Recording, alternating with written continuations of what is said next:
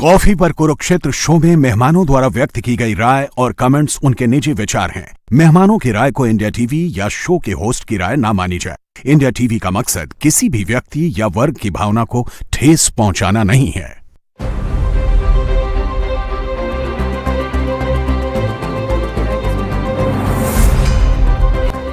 नमस्कार, आप देख रहे हैं इंडिया टीवी। मैं हूं पिनाज त्यागी। क्या 3 जुलाई से ऑपरेशन सिंदूर फिर से शुरू हो सकता है? 3 जुलाई क्या भारत पाकिस्तान की जो सीज फायर हुई है उसका रियल टेस्ट होने वाला है?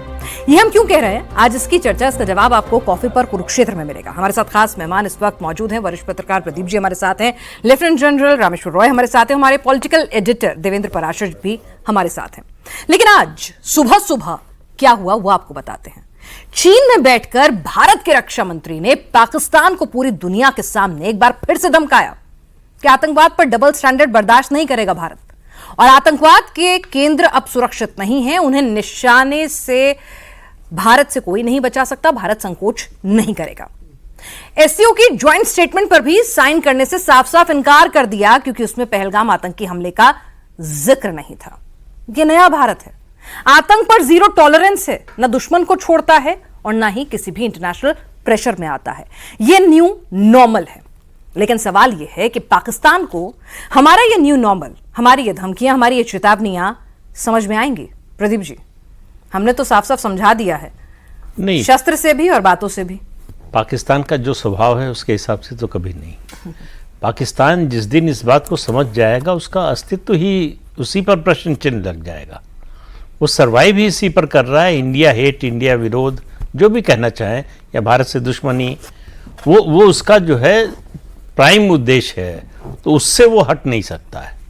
सवाल यह है कि कितने दिन चुप रहेगा। सिर्फ इसका, वो चुप तो नहीं रहेगा, सिर्फ सवाल है कि कितने दिन चुप रहेगा, और क्या उसको कोई अंदाजा है कि उसकी कितनी बड़ी कीमत चुकानी पड़ सकती है। क्योंकि आप देखिए, पिछले 11 साल में 3 जो स्ट्राइक हुए, सर्जिकल स्ट्राइक पहले, फिर उसके बाद एयर स्ट्राइक, उससे ऊपर गया, हम एस्केलेशन लेडर पे कह सकते हैं कि उसके ऊपर गए, और ऑपरेशन सिंदूर उससे ऊपर गए। तो अब जो है, हम जो भी हमारा एक्शन होगा उससे ज़्यादा ही होना चाहिए, ऐसी अपेक्षा है लोगों की। अब वो क्या होगा ये फौज तय करेगी, सरकार तय करेगी। लेकिन भारत जो है पाकिस्तान को ये बहुत, और पूरी दुनिया को बता चुका है, जिस तरह से प्रधानमंत्री ने कहा कि अब किसी टेरर एक्ट को हम प्रॉक्सी वॉर नहीं मानेंगे, हम इसको वॉर ही मानेंगे और उसी तरह से जवाब देंगे। गोली का जवाब गोले से दिया जाएगा। ये जो है अमेरिका के वाइस प्रेसिडेंट को जो है बोल चुके हैं, जेडी वेंस को, प्राइम मिनिस्टर। तो इसलिए जो है भारत में कोई कंफ्यूजन नहीं है कि हम बातचीत की मेज पे चले जाते हैं, चलिए अच्छा फिर से बात करते हैं, किसी तीसरे पक्ष को बुला लेते हैं, ऐसा कुछ नहीं होने वाला है। ये पाकिस्तान को तय करना है कि शांति से रहना है, या फिर जो है जिस तरह से 3 जवाब दिए गए हैं वो एस्केलेशन लेडर पे थोड़ा और ऊपर जाए। तो और ऊपर जाने का मतलब है पाकिस्तान के लिए एग्जिस्टेंशियल क्राइसिस पैदा हो सकती है। अब वो डिपेंड करता है कितना बड़ा ऑपरेशन है, किस तरह का है, पाकिस्तान किस तरह की हरकत करता है, इस पर भी निर्भर करता है। दूसरा, 2 बातें बड़ी स्पष्ट हो चुकी हैं कि ऑपरेशन सिंदूर रुका नहीं है, और उसके अलावा जिस पर हम लोगों का कम, असल में काइनेटिक एक्शन पे ज़्यादा ध्यान जाता है, वो ज़्यादा आई बॉल्स कैच करता है। जो सिंधु जल समझौते को हमने स्थगित किया है, वो पाकिस्तान को धीरे धीरे, मतलब ये एक तरह से कहें तो ये स्लो पॉइजनिंग है। उसका असर पाकिस्तान की अर्थव्यवस्था पर पड़ेगा, उनकी एग्रीकल्चर पर पड़ेगा, उनके जीवन पर पड़ेगा, उनके जो एनर्जी सिक्योरिटी है उस पर पड़ेगा, मतलब उनका जीवन के हर क्षेत्र पर जो है उसका असर पड़ेगा। और ये इसका असर धीरे धीरे दिखाई देना शुरू होगा। ये कोई टैप तो है नहीं कि हमने आज बंद कर दिया, आज पानी बंद हो गया। ये पानी बंद करने की शुरुआत, जैसे हमने डिसिल्टिंग शुरू किया तो उससे उनको परेशानी हो रही है। हम अपने रिजर्वायर की कैपेसिटी बढ़ा रहे हैं। इसके अलावा हम कैनाल्स, अब कैनाल्स जो है कोई 2 दिन में, 2 महीने में तो बनने वाली नहीं है, तो उसमें 2 साल, 3 साल, 4 साल, कहीं 5 साल लगेगा। जो बनी हैं उनका यूज़ करना, प्रधानमंत्री ने बड़ा स्पष्ट कर दिया कि जो भारत के हिस्से का पानी है, समझौते के मुताबिक ही जो भारत के हिस्से का पानी है वो हम पाकिस्तान को नहीं देंगे। वो भारत के लिए इस्तेमाल होगा। और ये जम्मू कश्मीर की सरकारें लगातार मांग करती रही हैं कि हमारा पानी हमको मिलना चाहिए, हम पानी की क्राइसिस झेल रहे हैं और हमारा पानी पाकिस्तान जा रहा है। तो ये सब कुल मिलाकर जो परिस्थिति है, और उसके बाद जिस तरह से लोग इस समय बहुत से लोग गिनती कर रहे हैं कि ट्रंप ने कितनी बार बोला। आज मैंने देखा सोशल मीडिया पर कहा कि 17वीं बार बोला जो है नेटो की बैठक में कि जो है भारत पाकिस्तान के बीच में हमने समझौता कराया। तो 17वीं बार बोले या 117वीं बार बोले, उससे जो वास्तविकता है वो तो बदलने वाली नहीं। वो क्या किया भारत ने ये सबको दिखाई दे रहा, पाकिस्तान को भी मालूम है, ट्रंप को भी मालूम है। भारत सरकार को अपने संयमित तरीके से उसका जिस तरह से खंडन करना चाहिए था वो कर चुकी है। इससे आगे तो यही हो सकता है कि प्रधानमंत्री जो है टेलीविजन पे आके कहें कि डोनाल्ड ट्रंप झूठ बोल रहे हैं, वो तो नहीं। कुछ लोग उम्मीद करते हैं ऐसा कहें। हाँ, बिल्कुल करते हैं, वो मतलब उससे ज्यादा भी उम्मीद करते हैं, लेकिन मुझे नहीं लगता कि ऐसा होने वाला है। डिप्लोमेसी, शिष्टाचार, अपना कल्चर, ये बहुत सी चीजें हैं। आप दृढ़ता से जवाब दे सकते हैं, जवाब देने का मतलब गाली गलौज करना नहीं है।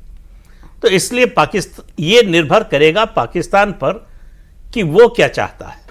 वो शांति चाहता है तो शांति रहेगी, वो शांति नहीं चाहता है तो नहीं रहेगी।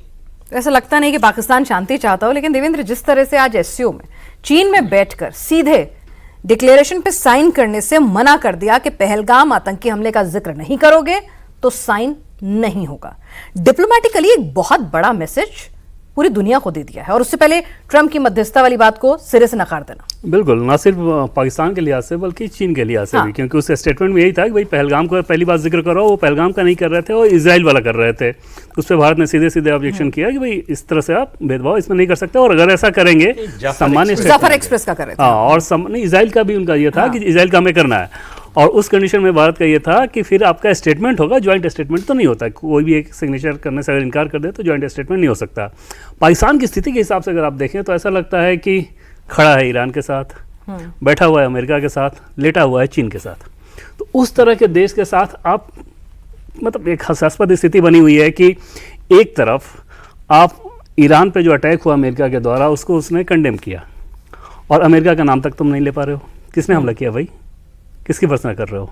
अब वहां लंच करेंगे तो कैसे कर देंगे? पाकिस्तान के हाउस में अमेरिका के खिलाफ इतनी बातें बोली जा रही है, सरकार कुछ बोल नहीं पा रही है। तो उस तरह की छिछालेदार वाली जो स्थिति है जिस देश की, उसके साथ ऐसे ही निपटाया जा सकता है। और जो इंडस वाटर ट्रीटी को लेकर था, गृहमंत्री अमित शाह का आप बयान देखें, उसमें सीधे सीधे फिर से दोहराया उन्होंने कि उससे तो उस पर वापस जाने का सवाल ही नहीं पैदा होता। जिसके बाद भुट्टो ने स्टेटमेंट दिया था कि हम युद्ध करेंगे उसके बाद, अगर हमारी नदियां रोकोगे तो हम 6 नदियों के। और अभी पहला टेस्ट हो जाएगा पाकिस्तान की धमकी का, जब अमरनाथ यात्रा 3 जुलाई से जब शुरू हो रही है।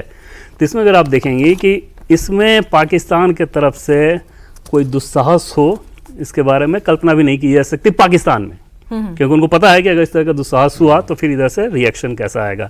सुरक्षा को लेकर हालांकि बहुत अच्छी व्यवस्था की गई है, हेली सर्विसेज इसीलिए रुका गया कि ऐसा ना हो कि आतंकवादी ड्रोन का इस्तेमाल कर लें, और सुरक्षा की एकदम चाक चौबंद व्यवस्था की गई है। लेकिन इसमें पाकिस्तान का एक बड़ा टेस्ट इसमें हो जाएगा। सिर्फ हमारी सिक्योरिटी का टेस्ट नहीं होगा, उनका टेस्ट हो जाएगा कि क्या तुम्हारे अंदर पिछली चोट के बाद इतनी हिम्मत बची है कि कुछ कर पाओ। लगता नहीं। सर, इसी बात को आगे ले जाएं, क्योंकि हमने शुरुआत में कार्यक्रम के कहा था कि जो 3 जुलाई की तारीख है वहीं से ये अगला टेस्ट जो है पाकिस्तान का शुरू होने वाला है। और पिनाज ऐसे है कि ऑफ सिंदूर जो हुआ और उसके बाद डेवलपमेंट्स जो हुई हैं, और जो डिक्लेयर्ड पॉलिसी प्रधानमंत्री ने दिया कि कोई भी आतंकी हमला अगर होता है तो उसको हम एक्ट ऑफ वॉर मान के चलेंगे। और उसमें उन्होंने एक बात ये भी कही कि वो जो उन्होंने स्पीच दी थी इसके ऊपर, उसमें ये भी कहा था कि पीस थ्रू पावर। और पावर जो है, अगर आपकी अपनी पावर नहीं है तो आप भूल जाइए कि किसी की मांगी हुई ताकत पे आप कब तक लड़ सकते हैं, कितना लड़ सकते हैं। जो कि हमारे लिए बड़ा अच्छा रहा कि ऑफ सिंदूर के तुरंत बाद ये भी देखने को मिला, इजराइल और ईरान की जो कहानी चली, तो कुछ बातें बहुत साफ हो गई। पैरेलल एग्जाम्पल एक तरह से बिल्कुल बराबरी का तो उदाहरण नहीं है, लेकिन काफ़ी हद तक जो लेसन्स लर्नड हैं दोनों तरफ के वो देखे जा सकते हैं। और उसमें यही बात निकल के आई है कि एक तो पाकिस्तान को हमने मान लिया है कि इसके साथ दोस्ती का बात करने का मतलब ही नहीं है। अगर दुश्मनी चाहता है तो हम दुश्मनी निभाएंगे, ये भी प्रधानमंत्री ने खुद बोला है। और दुश्मनी अगर निभाएंगे तो हम भी इस तरह की कोई पहले जो मॉली कॉडलिंग जो अंग्रेजी में बोलते हैं पाकिस्तान को करते थे, वो अब हम नहीं करने वाले हैं। तो डिप्लोमेसी का रास्ता अभी भी उनके साथ अख्तियार किया नहीं है। एससीओ प्लेटफॉर्म एक और कॉमन प्लेटफॉर्म था जहाँ पे कि एक अलग बात है, वो तो बिल्कुल अलग से। और 2017 में हमने भी और पाकिस्तान ने भी उस फोरम को ज्वाइन किया था, और मैं कहूँगा 2020 के बाद पहली बार 5 साल बाद जो है हमारे रक्षा मंत्री वहाँ पे गए हैं। तो पॉलिटिको डिप्लोमेसी के लिहाज से ये बहुत सही कदम था जो वहाँ पे उन्होंने दस्तखत करने से मना कर दिया कि ये स्टेटमेंट में हम दस्तखत नहीं करेंगे। यहाँ तक हमारा सवाल है, ये पाकिस्तान के टेस्ट की जो बात है, अभी जो थ्रेशोल्ड ऑफ टॉलरेंस जिसको बोलते हैं ना, जो एक सहन शक्ति की जो सीमा होती है, वो पहले कहीं हम न्यूक्लियर थ्रेशोल्ड को लेकर पाकिस्तान चल रहा था कि न्यूक्लियर थ्रेशोल्ड के नीचे हम कुछ भी हरकत कर सकते हैं, हमारे पास तो न्यूक्लियर बॉम्ब है। लेकिन ऑप सिंदूर में ये दिखा दिया गया उसको कि नहीं, थ्रेशोल्ड वो नहीं है, थ्रेशोल्ड है ये आपका कोई टेररिस्ट एक्ट। तो जो अब ये दोनों देशों के बीच में जो कॉन्फ्लिक्ट का थ्रेशोल्ड है वो बहुत ही नीचे आ गया है। और बहुत ही नीचे आने का मतलब ये है कि इसको भी एक तरह से वेग रखा गया है, इसको बहुत क्लियरली बताया नहीं गया है कि किस तरह का हमला होगा, कितना हमला होगा, किस लेवल का हमला अगर होता है तो उसको हम एक्ट ऑफ वॉर मानेंगे, ये डिस्क्रिप्शन हम पे है। तो हम इस तरह से 2 लेवल पे इस बात को देखेंगे। एक तो ये कि आम जो पीस टाइम की कार्रवाई है, जिसको कहते हैं ना कि अनईजी पीस, जो कि चल रहा है ऑप सिंदूर के बाद, अनईजी पीस के दौरान जो भी इस तरह की एग्रीमेंट, इंडस वाटर की ट्रीटी की एक बात आई है, इसके अलावा और भी कई एनवायरमेंटल इश्यूज हैं जिसमें कि जैसे डिप्लोमेसी है, बाकी देशों को एक तरह से लॉबी बनाना है, वो सब हमारा वो चलता रहेगा। इंडस वाटर में भी ठीक है, नहरें वहरें बनाने में टाइम लगेगा, लेकिन डीसिल्टिंग करना शुरू करेंगे, उसी से ही काफ़ी पानी रुक जाता है। और सबसे बड़ी बात यह है कि अगर आप वाटर के लेवल की और वाटर शेयरिंग की जो डेटा है, वो डेटा शेयरिंग ही अगर ख़त्म कर देंगे तो उससे भी काफ़ी नुकसान होता है। और आपको पता है कि प्राकृतिक फसलें हैं ये, थोड़ा बहुत भी टाइम फ्रेम अगर ऊपर नीचे होता है तो काफ़ी महामारी की हालत वहाँ पर हो सकती है। तो पाकिस्तान को अब ये सोचना पड़ेगा, क्योंकि भारत के साथ थ्रेशोल्ड ऑफ टॉलरेंस इतना नीचे आ गया है कि ये एक तरह से कहते हैं ना कि चिंगारी बिल्कुल कभी भड़क सकती है। तो काफ़ी सोच समझ के उसको ये कदम उठाना पड़ेगा अगर वो कुछ भी सोचता है इस तरह की करने की। तो क्योंकि पिछले ऑप सिंदूर में तो उसने यहाँ तक दिखा दिया, यहाँ तक बता दिया कि अब ये टेररिस्ट जो हैं, आउटफिट्स जो हैं, वो अलग से नहीं है, वो तो इस्टेब्लिशमेंट का ही हिस्सा है। अब दुनिया उसको न माने या उसको न देखे, उसकी कहानी अलग है। क्योंकि ऐसा देखने में हमेशा आता है कि जो दिखाई दे रहा है वो जमीन पे नहीं है। जैसा कि अभी आपने बताया कि उन्होंने बात किया कि ईरान के साथ हैं, जरूरत पड़ेगी तो अपना न्यूक्लियर हथियार वो इजराइल पे भी डाल सकते हैं। उसके बाद ये स्टेटमेंट आई है ईरान के वाजिब से। तो ये बातचीत की कहानी एक अलग चलेगी और ज़मीन पे क्या चलेगा वो अलग चलेगा। तो मेरा ये मानना है बहुत अच्छे तरीके से कि पाकिस्तान अगर ये सोचता है कि सिर्फ उसकी जियो स्ट्रेटजिक लोकेशन को देखते हुए, सिर्फ जो उसकी दोस्ती है अमेरिका के साथ और चीन के साथ, उसके चलते उससे जो कुछ मिलेगा उससे वो अपनी एजेंडा को आगे चला पाएगा, वो समय अब उसका ख़त्म हो गया है। और हमारे पास, हमने खुद देख लिया कि हमारे पास इतनी क्षमता है कि जहाँ तक टेक्नोलॉजी का सवाल है, उसको बर्बाद करने का सवाल है, हमारी बहुत क्षमता आ चुकी है। लेकिन मेरा सिर्फ एक चीज़ मानना है कि पाकिस्तान को ये समझना चाहिए कि हमारे पास उसकी जो सबसे, हमारे पास कहते हैं ना कि एक वल्नरेबल पॉइंट है, वो है पीओके का। तो हमें जो है अब ये सोच के चलना चाहिए कि अगर पाकिस्तान कुछ ऐसी हरकत करता है और अगर हमें कुछ इस तरह के काइनेटिक एक्शन करना है तो सिर्फ ये टेक्नोलॉजी वॉरफेयर तक नहीं रखें। ठीक है। जब तक हम इसको बूट्स ऑन ग्राउंड ला करके पीओके के रियल लैंड मास की तरफ नहीं बढ़ेंगे, तब तक पाकिस्तान, यानी अब अगला आतंकी हमला हो तो पीओके इस तरफ ही आ जाए। लॉन्च पैड तो खत्म करना छोड़िए, पूरा का पूरा पीओके ले लें। पूरा का पूरा तो मैं ऐसा नहीं कह पाऊंगा एज ए सोल्जर, क्योंकि उसके बहुत सारे और डायनामिक्स आ जाते हैं उसके बीच में। लेकिन कम से कम हमें ये तैयारी करके रखना है और उसको दिखा के रखना है कि अगर अगली बार तुम इस तरह की कोई चीज़ करोगे तो सिर्फ हम ये सिर्फ हाईटेक वॉरफेयर की तरफ नहीं रहेंगे, मिसाइल्स और ड्रोन्स तक ही नहीं रखेंगे। इससे हम आपकी बर्बादी करते रहेंगे और बर्बादी का जब आपका लेवल इतना नीचे चला जाएगा तो कि जब आप उठ के नहीं कर पाओगे, तो उस टाइम पे जो है हमारे बूट्स ऑन ग्राउंड जाके ये रियल लैंड, जो कि हमारे लिए एक पेंडिंग एजेंडा है हमारे लिए, उसको फिर हम पूरा करेंगे। और ये एक तरह से अगर उसको हम इस तरह की थ्रेट बना के रखेंगे, जिसको कहते हैं ना थ्रेट, ग्राउंड थ्रेट बना के रखेंगे, बूट्स ऑन ग्राउंड वाला, अगर वो हम नहीं करते हैं तो सिर्फ बर्बादी तक बात नहीं होने वाली, और ये बना के रखना पड़ेगा। ठीक है, डरा के और धमका के तो सर रख रहे हैं, एक्ट ऑफ वॉर होगा ये भी डिक्लेयर कर दिया है, लेकिन हाँ फील्ड मार्शल जो नए नए बने हैं वो तो two state theory, jugular vein, और पहली बार वो मजहब को भी लेकर आए थे आतंकी हमले में।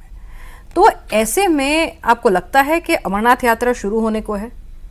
वो अपने प्रॉक्सी आतंकियों को क्या शांत बैठने देंगे? समझेंगे, सुधरेंगे? नहीं, देखिए, हम लोग जब ये सब बात करते हैं तो हम लोग ये रीजनेबल बात करते हैं, रीजन के आधार पर बात करते हैं। पाकिस्तान उस हिसाब से नहीं सोचता है। तो रीजन की बात आप करें तो बिल्कुल नहीं, सोचना भी नहीं चाहिए, करने की बात तो बहुत दूर है। लेकिन पाकिस्तान नहीं करेगा इसकी गारंटी तो कोई नहीं दे सकता। करना नहीं चाहिए, करेगा तो उसके लिए बहुत बड़ा नुकसान होगा, ये बात सही है। लेकिन जनरल साहब की बात से मैं पूरी तरह से सहमत हूं कि जब तक पाकिस्तान को आप जो उसके पास डिनाइबिलिटी का एक हथियार या कहें कि एक विकल्प रहता है वो रहने देंगे, तब तक ये चलता रहेगा। पीओजे के लेने का मतलब है कि फिर हम दुनिया को और अपने देश को, पाकिस्तान को, चीन को, किसी जिसको भी देखना हो, दिखा सकते हैं कि हम ये करने में कैपेबल हैं। हम नहीं कर रहे थे तो इसलिए कि हम करना नहीं चाहते थे अभी तक, इसलिए नहीं कि हमारी क्षमता नहीं थी। तो बिल्कुल ठीक बात कही जनरल साहब ने कि मॉडर्न वॉरफेयर में ये जो जिस तरह की है, जो हमने किया है, उनके 11 एयर बेस हमने एक तरह से खत्म ही कर दिए, तो उनकी एयर पावर एक तरह से खत्म हो गई है। तो वो रिटेलिएट करने की हालत में उस तरह से है नहीं। और जब सेना उतरेगी जमीन पर, मतलब थल सेना जब आगे बढ़ेगी, टैंक आगे बढ़ेंगे, तो ये असली लड़ाई जो लोगों को समझ में आती है वो वही समझ में आती है। तो इसलिए जो है अगला कदम तो उसके अलावा, मतलब अब आर्मी ने, मतलब फौज ने सोच रखा हो, सरकार ने सोच रखा हो तो अलग बात है। लेकिन हम लोगों को, सामान्य व्यक्ति को यही दिखाई देता है कि अगला कदम या अगला विकल्प जो होना चाहिए वो पीओजेके को लेने का होना चाहिए, कि पाकिस्तान को समझ में आए कि भारत अगर तय कर ले तो क्या कर सकता है। जब तक ये बात नहीं समझाई जाएगी तब तक स्थिति में कोई बड़ा बदलाव नहीं आने वाला है। और दूसरा, हमको जो है पाकिस्तान के जो अंदरूनी झगड़े हैं, चाहे वो बलूचिस्तान का हो, चाहे खैबर पख्तूनख्वा का हो, चाहे सिंध में भी जिस तरह से सुगबुगाहट सुनाई दे रही है, असंतोष दिखाई दे रहा है, उसको जब तक हम बढ़ाएंगे नहीं तब तक जो है पाकिस्तान को, मतलब एक तरह से चारों तरफ से परेशानी में घेर देना है। भारत की फौज जो करेगी वो तो करेगी ही, जो उनकी इंटरनल डायनेमिक्स है उसमें जब तक समस्या पैदा नहीं होगी, मतलब एक कदम, बहुत से लोगों का कहना है, पता नहीं वो कितना फिजिबल है नहीं है, कि हमको जो है इन इलाकों में, जो पाकिस्तान के इलाके हैं, इनमें कुछ न कुछ मदद करनी चाहिए। जो भी विद्रोही हैं, या आप कहें जैसे बलूच लिबरेशन आर्मी है, उसको मदद करनी चाहिए। हम करते हैं कि नहीं पता नहीं, लेकिन करना चाहिए। दूसरा, कुछ लोग कहते हैं कि बलूचिस्तान को, उनकी गवर्नमेंट इन एग्जाइल को रिकॉग्निशन दे देना चाहिए। तो ये सब सरकार के स्तर पर लिए जाने वाले फैसले हैं। लेकिन पाकिस्तान को सचमुच अगर सबक सिखाना है तो वो तो जो है उनकी ज़मीन, मतलब जो हमारी ज़मीन है, उसको वापस लेकर ही हो सकता है। ठीक है, तो ये तो क्लियर है कि भाई पाकिस्तान को या तो टुकड़ों में तोड़ना है, अपनी जमीन वापस लेनी है, ये करना ही होगा। क्योंकि पाकिस्तान, देवेंद्र, कश्मीर, आतंकवाद और हिंदुस्तान, इसके बिना तो वो सर्वाइव ही नहीं कर पाते हैं, क्योंकि बाकी तो कुछ है नहीं बताने के लिए अपने लोगों को। ना तो इंडस्ट्री है, ना नौकरी है, ना अर्थव्यवस्था है, कुछ भी नहीं है। तो आपको लगता है कि जो हम लोग बार बार अपने दर्शकों को कह रहे हैं कि हमने अपनी तैयारी पूरी कर ली है, लेकिन उनकी भी नापाक नजर तो है ही अमरनाथ यात्रा पर। इसमें कोई दो राय नहीं कि आतंकवादियों के मार्फत वो एक कोशिश तो करने का सोच ही सकते हैं। लेकिन एक चीज़ ज़रूर है कि जिस तरह का रिस्पांस रहा, जैसे पहलगाम हमला जो किया गया, उसमें मकसद क्या था? मकसद यही था ना कि जम्मू कश्मीर को जो अंतर्राष्ट्रीय स्तर पर जो सुर्खियाँ बटोरी जा रही हैं डेवलपमेंट को लेके, डेमोक्रेटिक रूट्स को लेके, जैसे इलेक्शन हुए शांतिपूर्ण तरीके से, तो उसको आपको चोट पहुँचाना था। उस काम को पाकिस्तान करने में असफल रहा। पहली चीज़ ये तो देखें कि अभी तक अमरनाथ यात्रा को लेके हालांकि रजिस्ट्रेशन में थोड़ी कमी आई है। पहलगाम हमले के बाद बहुत ज़्यादा डिप हो गया था। 3,30,000 लोग लगभग अभी फिर उसमें पिछली बार लगभग 5.25 लाख के आसपास लोग गए थे। इस बार भी उम्मीद जताई जा रही है कि कम से कम 4.5 लाख के आसपास तो लोग करेंगे। तो इसमें कोई बहुत बड़ा डिप नहीं है। हेली सर्विस आपने बंद की, उसमें 8 से 10% लोग ही उससे ट्रैवल करते थे, उससे भी बहुत फर्क नहीं पड़ेगा। सिक्योरिटी के लेके जो किया गया है कि आज जम्मू कश्मीर के ऊपर राज्यपाल मनोज सिन्हा के प्रेस कॉन्फ्रेंस में सुन रहा था, अभी हम लोग जब बात कर रहे हैं तो ऑलरेडी एक ऑल पार्टी मीटिंग वो कर रहे हैं। 28 तारीख को एक सिविल सोसाइटी के साथ बैठक करेंगे। सिक्योरिटी वाले एस्पेक्ट पे देखें तो 3 टियर जो सिक्योरिटी सिस्टम दिया गया, Jammu Kashmir police, central paramilitary forces और इंडियन आर्मी। और इसमें पूरे रूट के दरमियान एक एक गांव ही नहीं बल्कि एक एक हट की मैपिंग की है, सबका डाटा। तो अभी हमें पता है कि किस गांव के किस हट पे कौन रह रहा है, क्या कर रहा है और किस पहाड़ी पे क्या मूवमेंट हो रहा है, ये भी फोर्सेस के पास ये सारी जानकारी ये रूट तो बहुत लंबा है, बहुत लंबा। पूरे मैं कह रहा हूँ कि एक एक पहाड़ी के एक एक गांव ही नहीं बल्कि एक एक हट की मैपिंग की गई है। मतलब ये रूट अगर हमें दर्शकों को थोड़ा समझाएं कि ये रूट है, एक तो अनंतनाग जिले का पहलगाम से होता हुआ जाता है, ठीक है, वो 30 किलोमीटर से ज्यादा का है। फिर दूसरा बालटाल वाला है गांधरबल से, वो 14 किलोमीटर का पूरा स्ट्रेच है। तो इतने लंबे रूट पर मैपिंग, एक एक हट की मैपिंग की गई है कि उस हट में कौन रह रहा है, कितने लोग रह रहे हैं, क्या उनकी प्रोफाइलिंग ऑलरेडी ये की जा चुकी है। ओके। और सारे पहाड़ियों पे हमारे जो खास तौर पे जो अपर रेंज में अगर आप जाएं तो उसमें हाई एल्टीट्यूड पे वो एक खतरा था कि उधर से कुछ वैसी चीज़ें ना हो जाए, तो उसके लिए डिप्लॉयमेंट बहुत ज़्यादा किया गया है। और सिक्योरिटी कॉन्वॉय में ही जाना है। अगर प्राइवेट गाड़ी से भी आप जा रहे हैं तो आज भी उनके प्रेस कॉन्फ्रेंस में भी उन्होंने अपील किया एलजी ने कि भाई सिक्योरिटी वाली जो गाड़ियाँ उनके साथ ही आप जाएं। तो अपने तरफ से जो किया जा सकता है वो फुल किया गया है।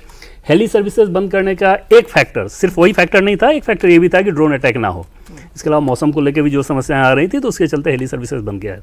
तो हमारी तरफ से सिक्योरिटी को लेकर जो कुछ किया जा सकता था वो पूरी तरह से दिख रहा है कि किया जा चुका है। और ख़ास तौर पे जम्मू कश्मीर के लोगों में जो डेस्परेशन है पहलगाम हमले के बाद, उसमें एक बड़ी आबादी है जो कि हैंड टू माउथ होने वाली स्थिति है। उसमें कुछ कश्मीरी मुझे बता रहे थे कि अभी तो ऐसी स्थिति है कि टूरिस्ट हमारे पास आए या श्रद्धालु हैं तो हम अपना शूज़ निकाल के उनको पहना दें कि आप चलो हम आपके पीछे चलते हैं, वैसी वाली स्थिति है। और ये पाकिस्तान की सबसे बड़ी हार है कि जम्मू कश्मीर की आवाम अगर तुमसे नफरत कर रही है तो इससे बड़ी जीत भारत के लिहाज से कुछ हो नहीं सकती थी। और ये अंतर्राष्ट्रीय स्तर पर दिख रहा है।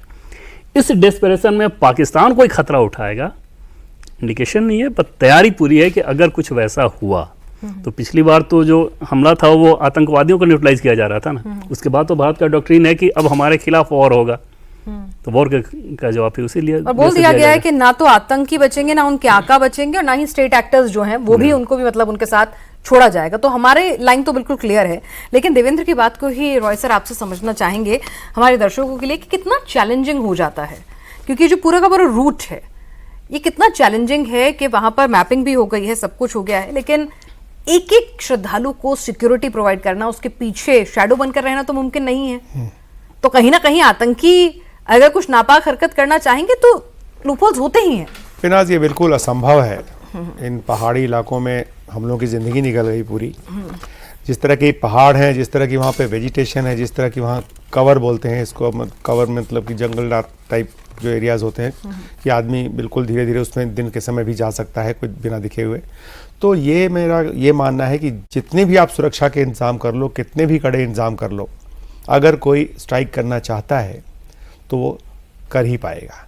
ओके। तो अब ये होगी कि नहीं होगी उस पर डिपेंड करता है कि उन्होंने क्या अपना सोच रखा है। इस यानी कि रियल टेस्ट है, ये रियल टेस्ट अमरनाथ यात्रा में पता चल जाएगा कि पाकिस्तान कितना संजीदा है इस सीज फायर को लेकर। जी, क्योंकि मैं आपको बता रहा हूं कितना भी आप कर लो, पूरी जिंदगी हमारी निकल गई, लेकिन किसी भी प्रकार का रूट हो इस तरह के उसमें जो है 100% फुल प्रूफ सिक्योरिटी देना बिल्कुल असंभव सा काम है, असंभव सा काम है।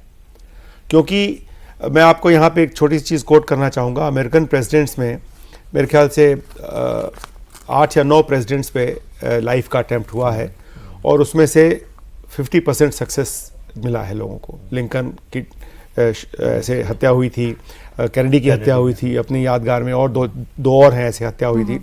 तो उसमें लिंकन ने एक स्टेटमेंट दी थी, बहुत एक लैंडमार्क स्टेटमेंट दी थी।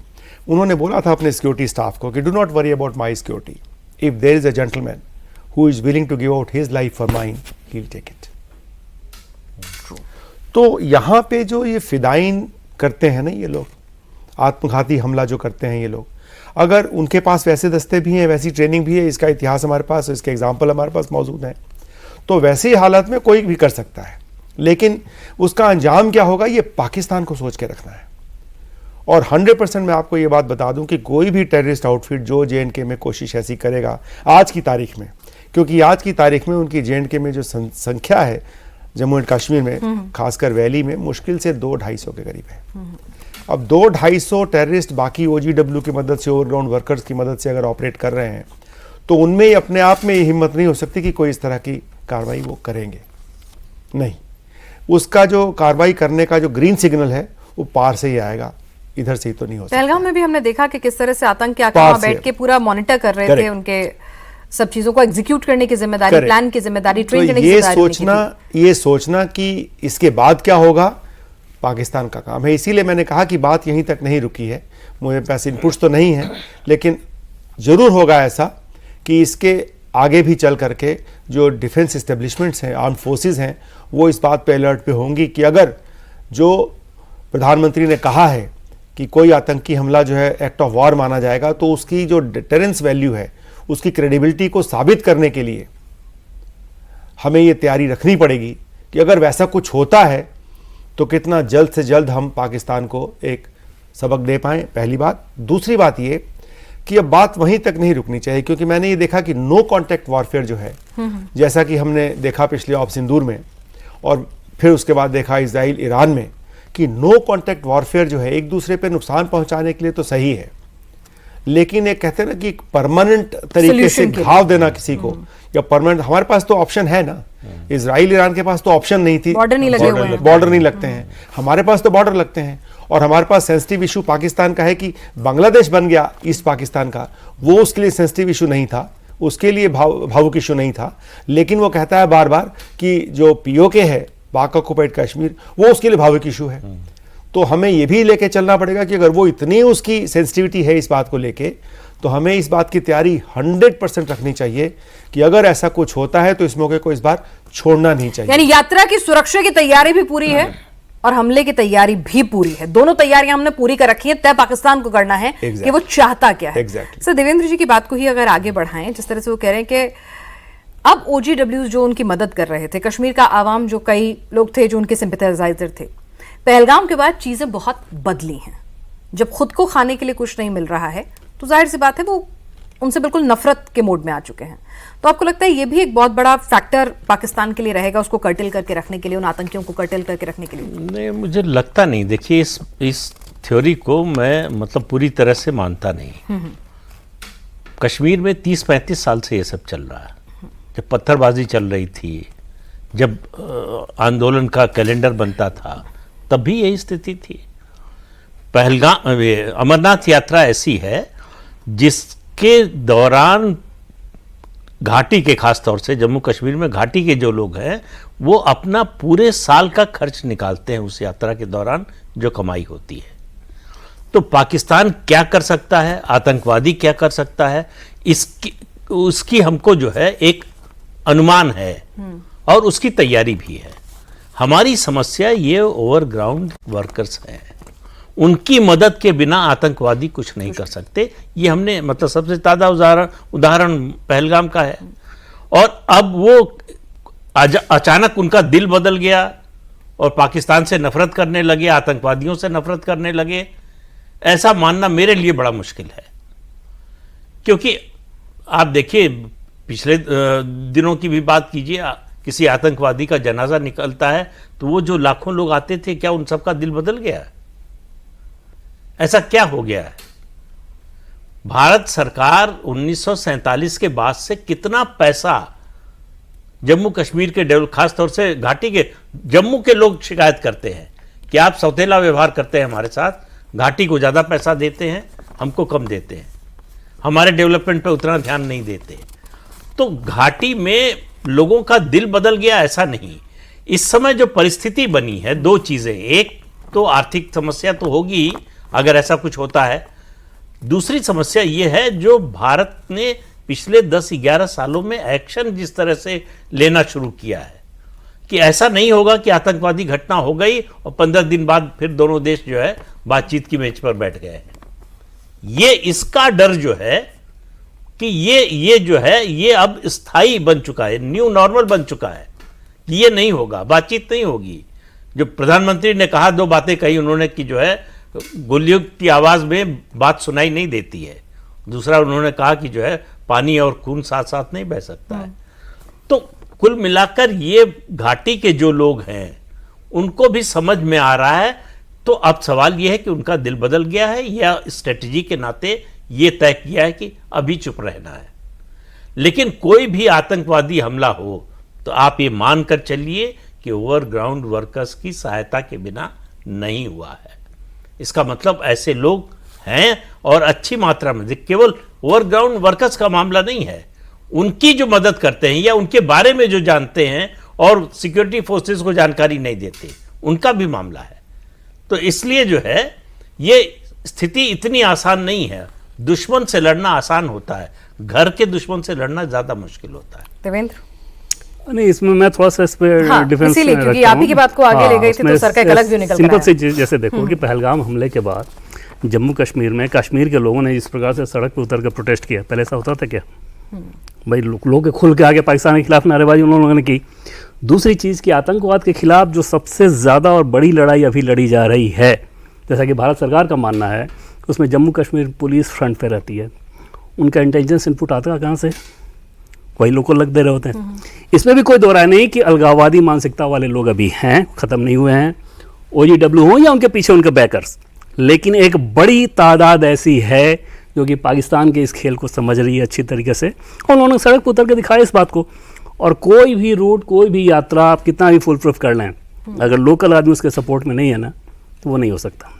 और लोकल को सपोर्ट में आना पड़ेगा क्योंकि पूरा टूरिस्ट सीजन बेकार चला गया आपके पैसे पे अगर चोट पहुंची है तो दिख रहा है ना कि कैसी स्थिति है, आप सड़क पर उतर गए हो। दूसरी चीज कि 5 सालों में जो डेवलपमेंट हुआ उसमें आपको ये तस्वीर नजर आई कि दुनिया ऐसी भी होती है। इसके पहले तो अलग ही माइंडसेट में वो रह रहे थे। तो वहां पे ऐसा नहीं है कि रातों रात सब के सब बदल जाएंगे, लेकिन बड़ी आबादी है। लेकिन कम से डर से या पैसे नहीं, से थोड़ा हृदय परिवर्तन में बड़ी आबादी ऐसी है ना। अच्छा। भाई सड़क पर उतर के क्यों प्रोटेस्ट कर रहे हैं आप बताओ? पहलगाम हमले के बाद वो अपने घर में बैठ सकते तस्वीरें थे। देख लीजिए, 2 वीडियो देखिए आप। एक आतंकवादी के जनाजे में जो लोग जा रहे हैं उनके चेहरे देखिए, और जो कैंडल मार्च निकालने के लिए या विरोध में निकले थे उनके चेहरे के एक्सप्रेशन देखिए। नहीं, अभी आपको आतंकवादियों के अंतर जनाजे में पता कहाँ लोग सर जा वो रहे एक हैं? जमाना था ना, हाँ। वही कह रहे हैं कि ओवर द पीरियड मैं एक थिंग्स हैव बात बताऊं चेंज आपको, जी। ये सब हाँ, आप बताओ फौजी की आपने सर्व किया है तो आपको चोरी क्या की लगता बात है। है? मैं जमीन की बात ये हाँ। बताता हूँ कि पूरे कश्मीर में, वैली में भी और साउथ ऑफ पीर पंजाल यानी कि पुंछ और राजौरी एरिया में भी 3 आउटफिट जो है वो हमेशा से ही एक्टिव रहे हैं। नाम बदलते रहे हैं, वो छोड़ो उसको आप। लश्कर तोयबा, हिजबुल मुजाहिदीन, जैश ए मोहम्मद, तीनों आउटफिट के जो सरगनाज हैं, जो बॉसेज हैं, वो पाकिस्तान में हैं। और पाकिस्तान अब डिनाई भी नहीं करता है, पिछले ऑफ सिंदूर में हमने देख लिया है। वहाँ से जब तक इनको कोई ऑर्डर नहीं आएगा, कोई भी टेररिस्ट जो है, कोई भी इनके आउटफिट स्ट्राइक नहीं करेंगे। और उसके साथ जो बड़ी बात देखने की वो ये है कि चाहे वो हिजबुल मुजाहिदीन का हो, चाहे वो जैश ए मोहम्मद का टेररिस्ट हो, ये दोनों टेररिस्ट आउटफिट्स के जो लोग हैं जब स्ट्राइक करते हैं, 1 या 2 लश्कर तोयबा का टेररिस्ट जरूर होगा उसमें। ओके। क्योंकि लश्कर तोयबा जो ग्रुप है, जो कि कंप्लीटली पाकिस्तान बेस्ड ग्रुप है, वो इन 2 को ट्रस्ट नहीं करता है। ओके। और यहां तक ट्रस्ट नहीं करता है कि जब ये लॉन्च पैड पे आते हैं, LC क्रॉस करने से पहले इनको हथियार दिए जाते हैं, उसके पहले इनको हथियार तक नहीं दिए जाते हैं। मेरा ये सब कहने का मतलब क्या है? कहने का मतलब ये है कि OGW हो, चाहे ये 2 लश्कर तोयबा को छोड़ करके हिजबुल मुजाहिदीन और जैश ए मोहम्मद के ग्रुप्स हों, किसी का भी इस तरह के कार्रवाई में या टेररिस्ट एक्टिविटी में दिल पहले से ही नहीं है, पहले से ही नहीं है। लेकिन एक सिस्टम होता है, सिस्टम एक बार बन जाता है, उसमें आप घुस जाते हैं, आपके पास कोई और ऑप्शन नहीं बचता है। चलिए, लेकिन पाकिस्तान के पास ऑप्शन हमने दे दिया है। इसीलिए हम कहते हैं बार बार, इसीलिए ये पॉलिसी कही गई है कि कोई भी स्ट्राइक यहां पे होती है, क्योंकि तीनों आउटफिट के सरगना वहां बैठे हुए हैं, उनके बिना ऑर्डर के ये चीज हो नहीं सकती है। और अगर वहां से ऑर्डर आया है तो हमें वहां स्ट्राइक करना है। ठीक है, अमरनाथ की यात्रा है, ये टेस्ट है और हमने तैयारी पूरी कर रखी है। हमने ऑप्शन दे दिया है कि भाई हमारी तीसरी आंख खुलवाकर अपना खात्मा चाहते हैं या फिर संभल कर रहना चाहते हैं। आज आप कॉफी पे आए, चर्चा हुई, आपका बहुत बहुत शुक्रिया।